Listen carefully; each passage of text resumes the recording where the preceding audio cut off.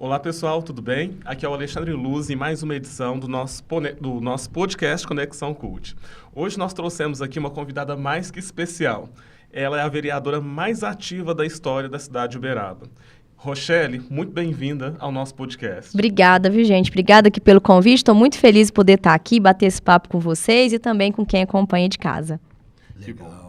É uma honra receber você aqui, o Alexandre trazendo uma pessoa tão interessante para a gente poder debater aí e o pessoal lá de casa poder ter a oportunidade de conhecer um pouco melhor você como pessoa, conhecer de repente o seu trabalho, porque é interessante, né, Rochelle? A gente olha aqui para o Uberaba e percebe que muitas das vezes aquela pessoa que você está fazendo um trabalho há muito tempo ainda não consegue saber quem você é pela vastidão que o Uberaba cresce.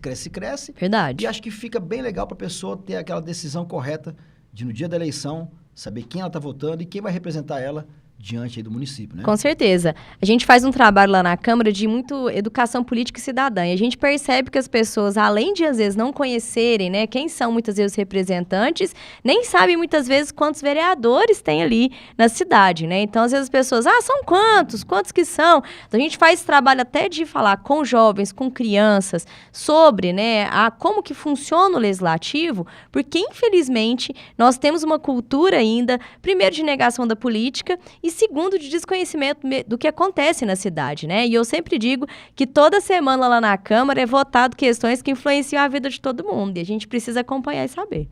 Legal. Sim. E para você que está nos acompanhando aí, gente, a Rochelle, gente, ela é mestre em História e graduada em Direito, né? Não é isso? É.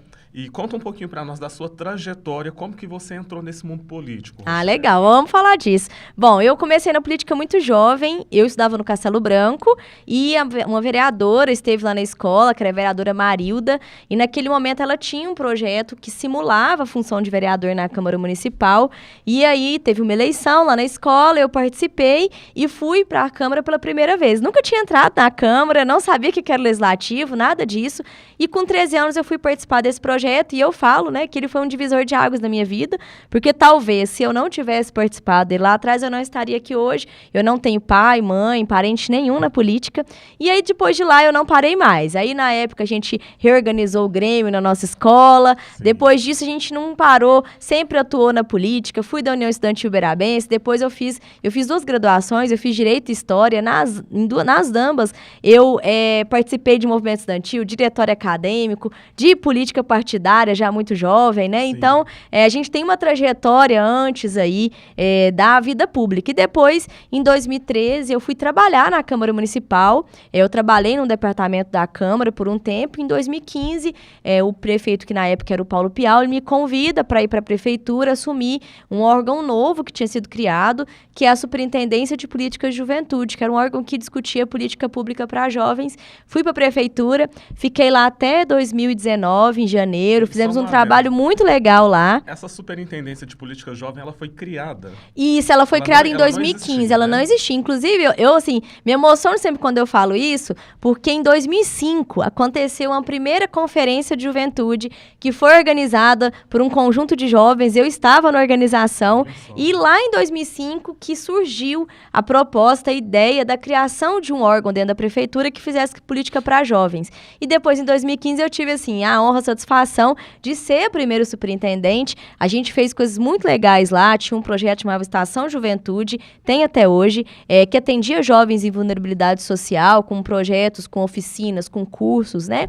E depois dessa experiência que eu tive na prefeitura, eu fui trabalhar em Brasília, fui ser chefe de gabinete do deputado federal Franco Cartafina, lá em Brasília. Fui para lá e foi uma outra grande experiência para mim, porque eu pude ali trabalhar no centro das decisões políticas do país, ver as coisas de uma forma mais macro, né? Amadureci muito politicamente, mas foi lá também que eu entendi a falta da participação política das mulheres aqui na nossa cidade. Em 2020, na primeira eleição que eu concorri, até então nós tínhamos tido só 6 mulheres vereadoras na história de Uberaba. E mesmo hoje, a gente teve na história de Uberaba apenas 9 mulheres vereadoras, né, em 204 anos. Então as mulheres estão muito longe da participação política na nossa cidade. E eu, como boa historiadora, eu cheguei na Câmara, a primeira coisa que a gente fez foi levantar quantos mandatos femininos nós tivemos ao longo da história e quantos mandatos masculinos. E eu fiquei muito assustada com os números, porque eu não sei se as pessoas sabem, mas o vereador ele pode se eleger quantas vezes ele conseguir. Tá? Não tem limite de reeleição. Então, ele pode se candidatar quantas vezes ele conseguir ser reeleito. Então, nós tivemos mulheres que foram reeleitas, nós tivemos 13 mandatos femininos na história de Uberaba e 721 mandatos masculinos aqui na história de Uberaba. Então, isso mostra que nós estamos mesmo muito longe, né? E como eu tinha essa trajetória, eu falei, vou voltar para Uberaba, construir uma candidatura e fazer um trabalho, né, muito voltado ali em prol daquelas questões todas que eu acredito. E aí, felizmente, em 2020, tive a alegria de ser a 4ª vereadora mais votada e agora parece que passou muito rápido, mas a gente está aí findando, né, os 4 anos de mandato. Passou muito rápido. Resumindo, essa é a minha história, viu, gente? Resumindo. Super rápido. Passou muito rápido. Inclusive, a gente pode falar que passou muito rápido até pelo seguinte, por tudo que você se propôs como vereadora, pessoal, nos 2 primeiros anos já estava tudo ok. Você já havia entregue os compromissos, né? E conta um pouquinho para nós como foi fazer essa construção. Quando você pensou, falou assim, nossa, eu quero ser vereadora. Teve um medo? Bateu uma insegurança? Foi uma eleição muito diferente, né? Foi uma eleição em meia pandemia. É uma eleição muito difícil, né? A gente não teve esse contato tão potente com as pessoas, né? De estar junto. Então, foi uma eleição muito desafiadora. E naquele momento, a gente já estava se preparando para fazer toda a construção da candidatura. A gente começou a fazer uma construção coletiva. Então, naquele momento, a gente fez várias reuniões online e fomos construindo as propostas de campanha. Eram muitas, mas no final nós chegamos num conjunto de 22 compromissos que a gente assumiu lá em 2020, construído também com várias pessoas, e esses compromissos foram cumpridos, a gente cumpriu um a um, inclusive é bom a gente divulgar, mas está tudo lá no nosso site, que é rochelle.com.br, lá tem um lugar específico lá que você acha, um consolidado que a gente fez, mostrando como que a gente cumpriu cada um desses compromissos. Uma coisa que a gente tinha muito claro quando eu cheguei na Câmara Municipal, era que as pessoas estão desacreditadas com a política.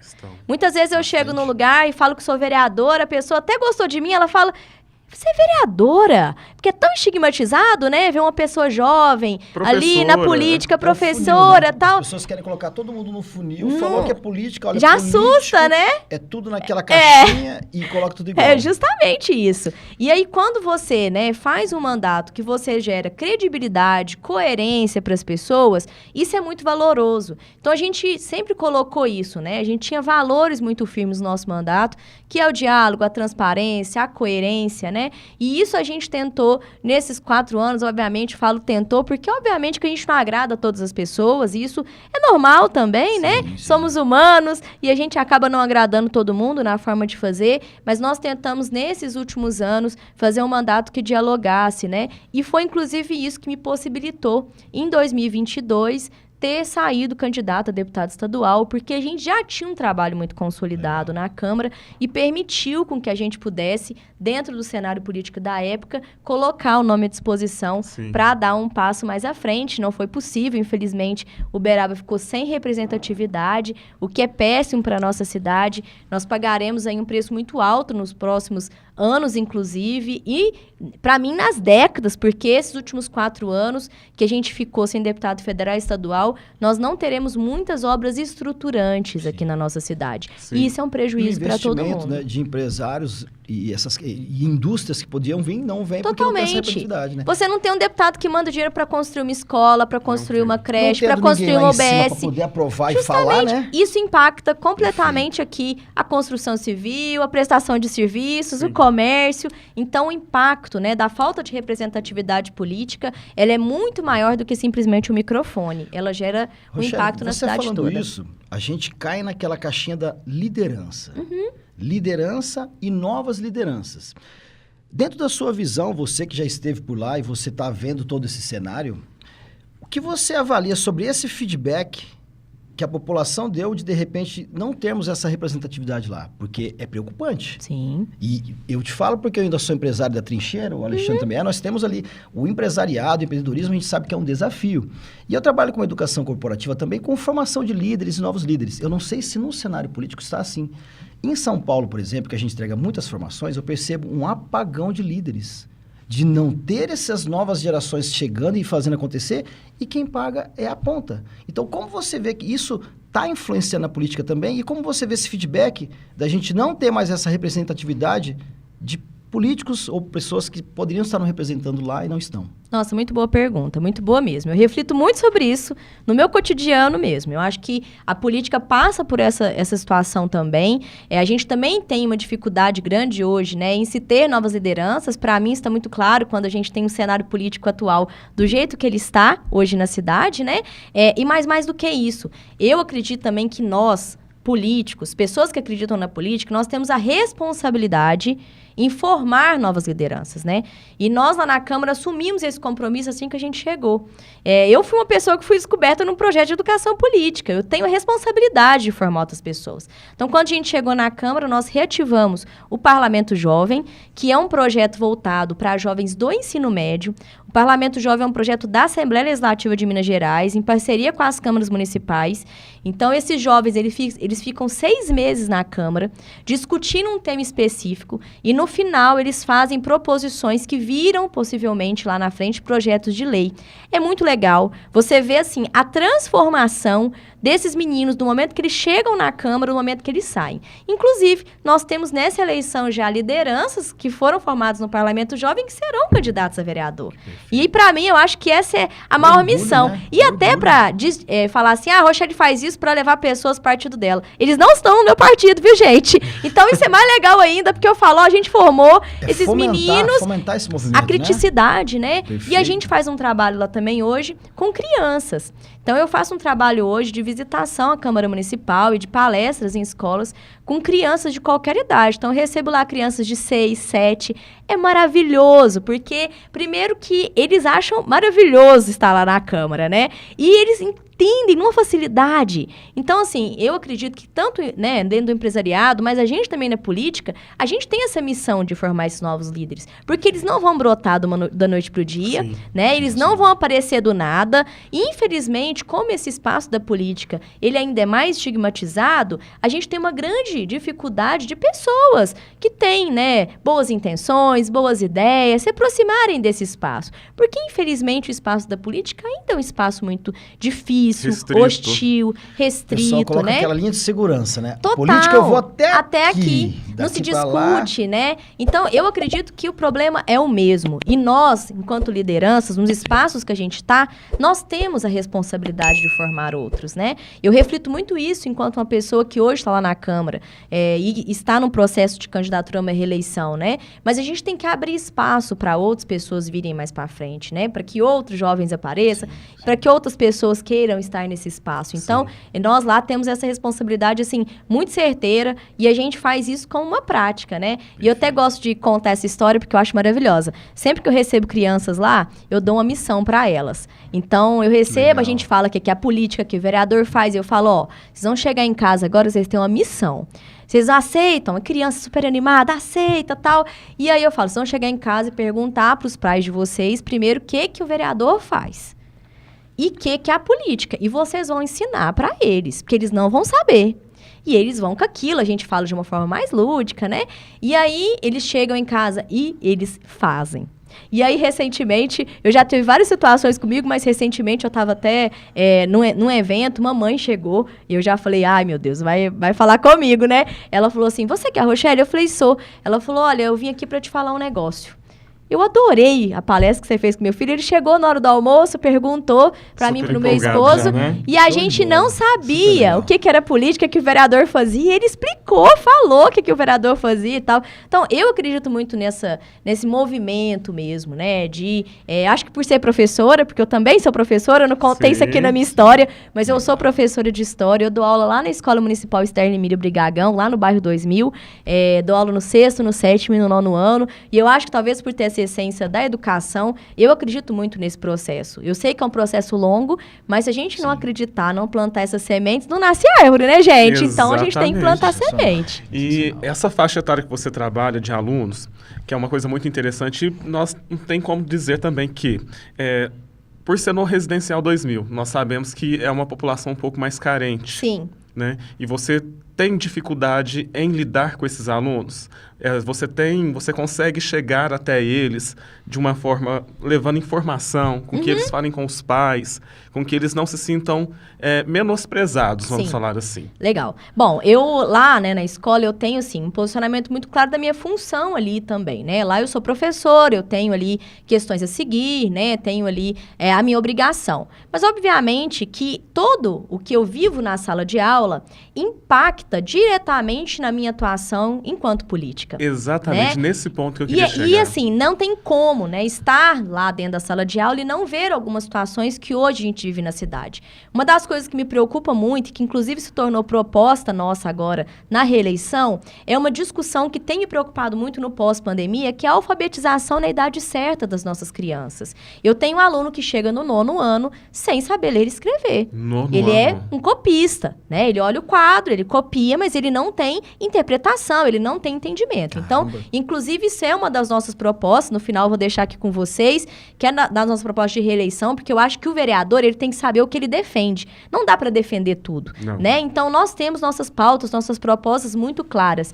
E uma delas é defender, lutar todos os dias para que a gente tenha principalmente 100% das nossas crianças alfabetizadas na idade certa, que é lá na educação infantil. Essa criança, ela tem que chegar no 6º ano já alfabetizada, com condição de interpretação de texto, porque isso impacta ele em tudo na vida dele. Né? E é muito triste quando a gente tem, né, esse aluno que chega lá e não consegue o mínimo, que é ler, que é fazer uma conta, que é escrever. Então, essa é uma preocupação. Né? Justamente.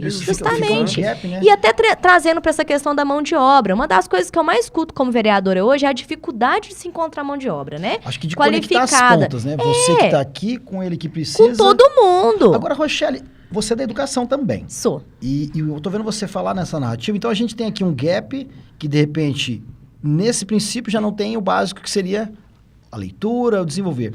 E como que você vê, então, esse embate que vai dar agora com esse tanto de inovação e tecnologia que já está aí?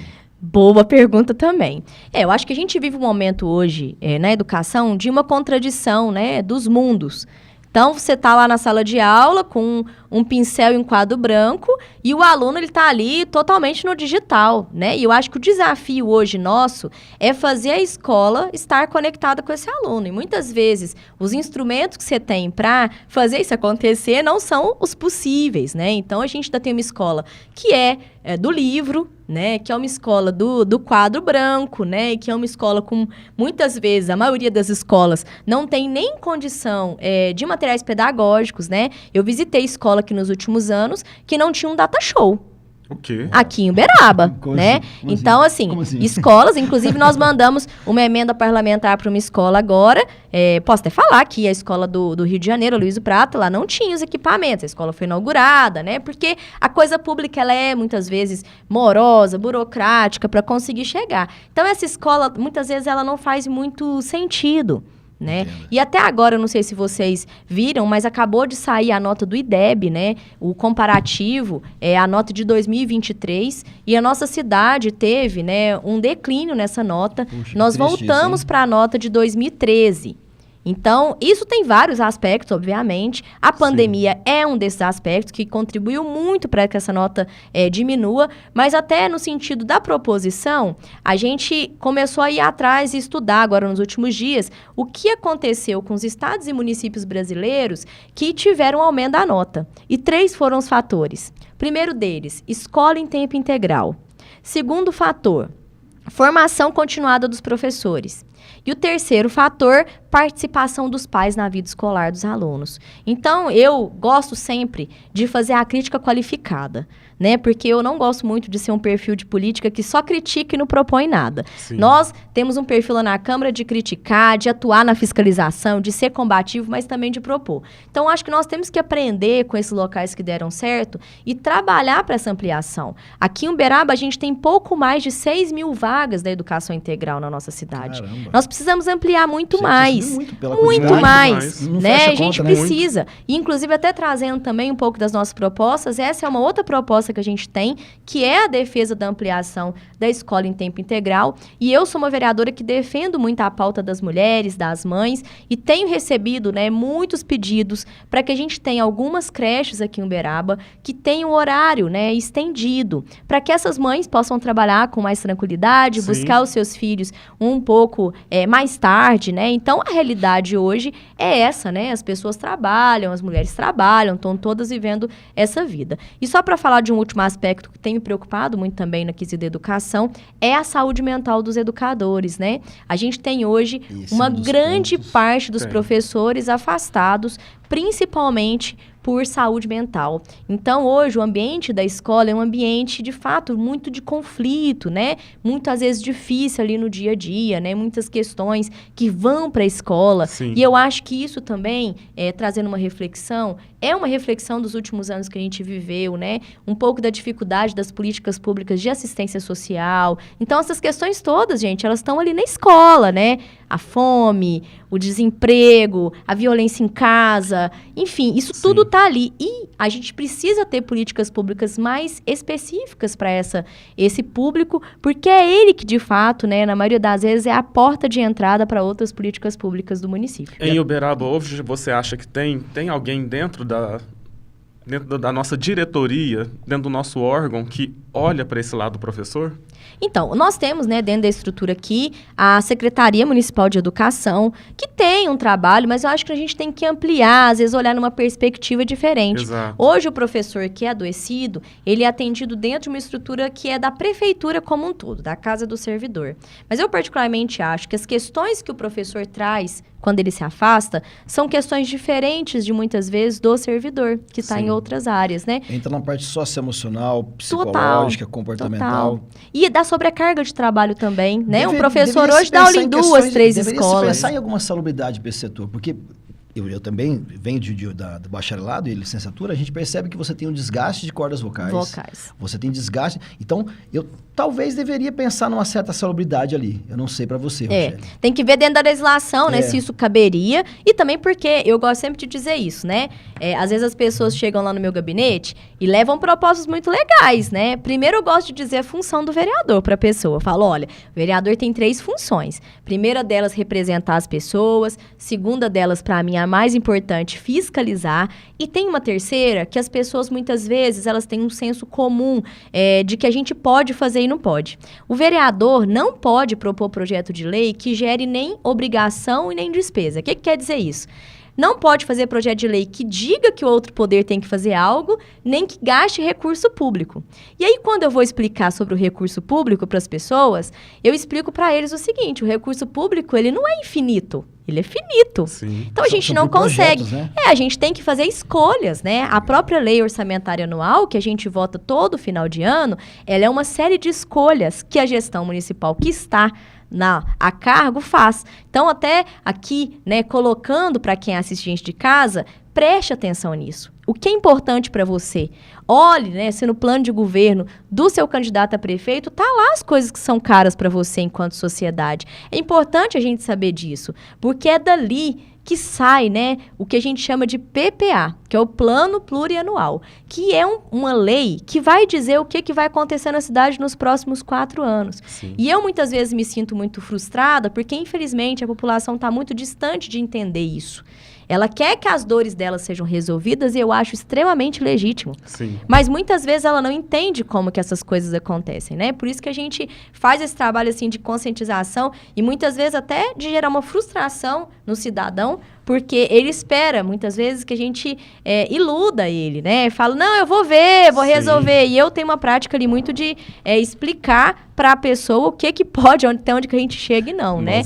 Talvez é uma forma até um pouco diferente de fazer política, né? E eu acho que essa transição geracional, que é uma coisa que você trouxe também, eu acho que isso às vezes assusta também o cidadão, né? Mas são escolhas que a gente faz dentro do local de atuação da gente. Gente, assim, de verdade, eu acredito muito na política, de verdade. Eu não acredito que tem outro caminho pra gente mudar a sociedade que não passa pela política, porque ela influencia tudo que a gente falou aqui, né? A vida das pessoas. Sim. E a gente precisa mesmo acreditar nela, né? Tá nela, viver ela, porque não tem outro caminho, não. E falando em acreditar, Rochelle, Vamos lá. Conta para nós como está a sua visão referente ao cenário político atual.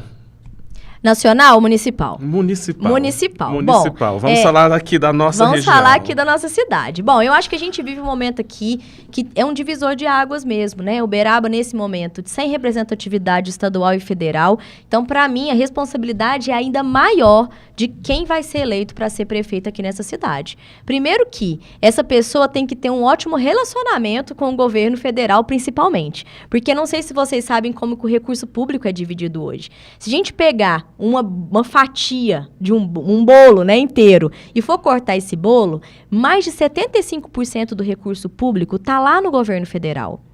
Mais ou menos 15% do recurso público está no governo do estado. E pouco menos ali de 5% está aqui diretamente no governo municipal. Então, boa parte do recurso que chega na nossa cidade é recurso federal, né? Então, a gente precisa de ter um representante que tenha uma boa interlocução com o governo federal, que vai conseguir trazer recursos para a cidade, projetos estruturantes, que vai fazer a cidade desenvolver outra vez. Eu, particularmente, vejo hoje o cenário num momento que Uberaba está estagnada. Eu acho que Uberaba, nesses últimos 4 anos, cresceu muito pouco, desenvolveu em outros aspectos muito pouco. Não houve aí, né, grandes inaugurações, grandes obras, nem construção de muitas escolas, UBSs. E eu, particularmente, tenho uma atuação hoje na Câmara, né? Sou uma pessoa muito crítica ao governo municipal, tenho uma atuação muito firme, inclusive, no quesito da fiscalização. A gente, inclusive, tem tratado algumas questões de forma até jurídica, judicializando, por entender muitas vezes que o processo ali administrativo político não dá conta, né? Por exemplo, no final do ano, nós barramos uma licitação de 6 milhões de reais que contrataria serviços de comunicação de publicidade, uma licitação totalmente irregular, uma licitação problemática, né? Então, a gente conseguiu uma liminar, barrou esse processo licitatório, além de outras atuações que a gente fez enquanto fiscalização. Então, eu, particularmente, espero que esse cenário seja um cenário promissor nos próximos anos. Sim. E, particularmente, acho que não é como ele está hoje. Bacana, né? Rochelle, para o pessoal de casa, então, olhar para você, para aqueles que já te conhecem, para aqueles que ainda não te conhecem, e vamos supor que aqui é o Big Brother e você está naquela salinha do Big Brother. Confessionário. Então, qual é o seu grande diferencial e por que o pessoal de casa, talvez aquele que ainda não te conhece, deveria te dar esse voto de confiança para você representar? Legal. Bom, primeira coisa que eu acho que eu tenho uma trajetória na política, isso, né, é um diferencial muito grande. Segunda coisa que a gente tem um mandato de resultado, de coerência, um mandato de muita dedicação e diálogo, e eu gosto sempre de dizer que o nosso mandato também é um dos mais transparentes da Câmara Municipal, porque se tem uma coisa que a gente não tem medo, é de olhar no olho, é de conversar com as pessoas. Um mandato, né, que tem uma prestação de serviço tanto na construção de legislações, então foram vários projetos de lei aprovados, vários escritos, aqueles que não eram competência do vereador, a gente escreveu e entregou para a prefeitura, como um projeto que eu me orgulho muito, que é o da dignidade menstrual, que garante absorventes para as meninas de todas as escolas municipais, as mulheres de condição de vulnerabilidade sociais, elas recebem hoje nas escolas aqui em Uberaba. A gente tem outros projetos de lei, como a lei da violência obstétrica, temos uma lei que tem que ter hoje em dia audiência pública antes do aumento do transporte coletivo. Então, poderia falar várias aqui, mas vou resumir. A gente também tem um mandato de atuação grande na fiscalização. Então, disse aqui um pouco para vocês, mas a gente visitou constantemente postinhos, escolas, CRAS, CAPES. Então, só bater um olho ali na minha rede social, vocês vão ver que a gente tem um trabalho assim, muito incansável na fiscalização. E, além disso, a gente também tem um trabalho de resultados na tratativa e em trazer recursos para Uberaba. Nosso mandato conseguiu trazer nos últimos anos mais de 5 milhões de reais em recursos para a educação, para a saúde, para assistência social. Então, isso também mostra que a gente tem um trabalho que tem diálogo e interlocução com outros poderes, e isso é muito legal também. E, além disso, eu falo que eu tô com muita energia para continuar, porque eu acho que a gente tem muita coisa para fazer na Câmara Municipal ainda, e a gente está apresentando para as pessoas essa disposição, essa energia para continuar, mas mais do que isso, um reafirmamento aqui, um novo compromisso de propostas e também da atuação. Então, acho que as pessoas podem confiar no nosso trabalho, porque, de fato, a gente tem aí algo para mostrar e tem disposição para continuar. Porque, como eu disse para vocês aqui, eu acredito muito no que eu faço, eu acredito muito na política, eu tenho política com um propósito mesmo na minha vida, faz meu olho brilhar, aquele negócio que arrepia. Faz mesmo, então, né? assim, às vezes eu conto a minha história nos lugares, eu falo sobre a política e eu arrepio mesmo, porque eu acredito muito no que eu faço. Eu acho que uma das coisas que eu mais gosto, assim, de estar na política, são duas coisas. Primeiro, conhecer as pessoas, poder saber da vida delas, poder ver ali as questões que tocam elas. Mas tem uma outra coisa que eu amo. Eu sou uma curiosa, eu amo aprender. E eu falo que na política eu aprendo todo dia uma coisa diferente. Né? E a gente tem que usar essa potencialidade para fazer isso reverberar em outras coisas. Então, aproveitando aqui o espaço, sempre que a gente pode ter esse espaço, isso é maravilhoso, para dizer, né? Para que as pessoas procurem saber. Hoje, nossas redes são muito disponíveis. A gente tem o site, que é rochelle.com.br. As nossas redes sociais é tudo @eu sou Rochelle. Tem o nosso WhatsApp, que é super fácil também. É o 992951101. Chama a gente lá. Repetindo aí de novo, novamente. É 992951101. Então chama a gente lá, quer marcar um bate-papo, eu vou na sua casa, vai lá no gabinete, vai lá no comitê. Chama a gente que a gente vai, porque se tem uma coisa que a gente não tem é preguiça de trabalhar também. E não posso sair daqui sem ter a oportunidade de ir para lá para as pessoas e pedir esse voto de confiança novamente e te dizer o nosso número. Nosso número é muito facinho, viu, gente? Acho que é o mais facinho da eleição, é o 1, 2, 3, 4, 5. É muito facinho, não dá para esquecer. É 1, 2, 3, 4, 5, facinho de lembrar. E vai ser um prazer também poder aí ter essa oportunidade para que as pessoas que não me conhecem possam conhecer e também, se quiserem receber o nosso material de propostas, o nosso currículo. Eu não entrego santinho nas eleições. Eu entrego um currículo. Entreguei lá em 2020 e estou entregando novamente agora. Perfeito. Porque as pessoas têm que saber o que elas estão contratando aí para os próximos 4 anos. Eu sou servidora das pessoas, né? E é isso que a gente está se dispondo mais uma vez a fazer aqui. E o mais interessante, Rochelle, que eu queria deixar bem claro para você. Eu acho muito bacana o formato em que você passa a informação para os eleitores, para quem não entende de política, passa a entender, para quem não tem voto decidido ainda, passa a ter. E isso, hoje em dia, eu falo que comunicação não é o que a gente fala, né? É o que o outro entende. Mas no formato em que você fala, realmente, seus olhinhos brilham quando você fala de política, né? E você veio desde muito cedo. Então, primeiramente, queria te agradecer, muito obrigado por ter vindo aqui, ter dado esse esclarecimento, falado um pouco de política para nós, né? Falar um pouco do seu trabalho também. E isso aí, não, gente. Parabéns aí mais uma vez pela sua decisão. Eu acredito que é um momento muito... Porque você vai ter que paralisar um pouco a sua vida para se jogar nisso aí. Então, parabéns pela sua decisão. Parabéns por você também estar aqui conosco, levando informação. A gente fica muito feliz de trazer pessoas e quem ganha é quem está lá em casa. Exatamente. Né? Tá vendo? Então, muito obrigado pela participação, Ale. Mais uma vez, obrigado também. E aí, vamos fazer um tchau pra galera de casa ali. Agora, o Alexandre vai falar como vai ser esse tchau pra galera de casa. Fala aí. Bom, gente, vamos lá. A gente tem que estar sempre conectado, né? E é uma conexão cultural. Adoro. Então, vamos lá. É conexão cult, nós vamos falar. Tá bom. Beleza. Muito obrigado, pessoal. Conexão Cult! Valeu, galera. Obrigada. Show de bola. Eu falo muito.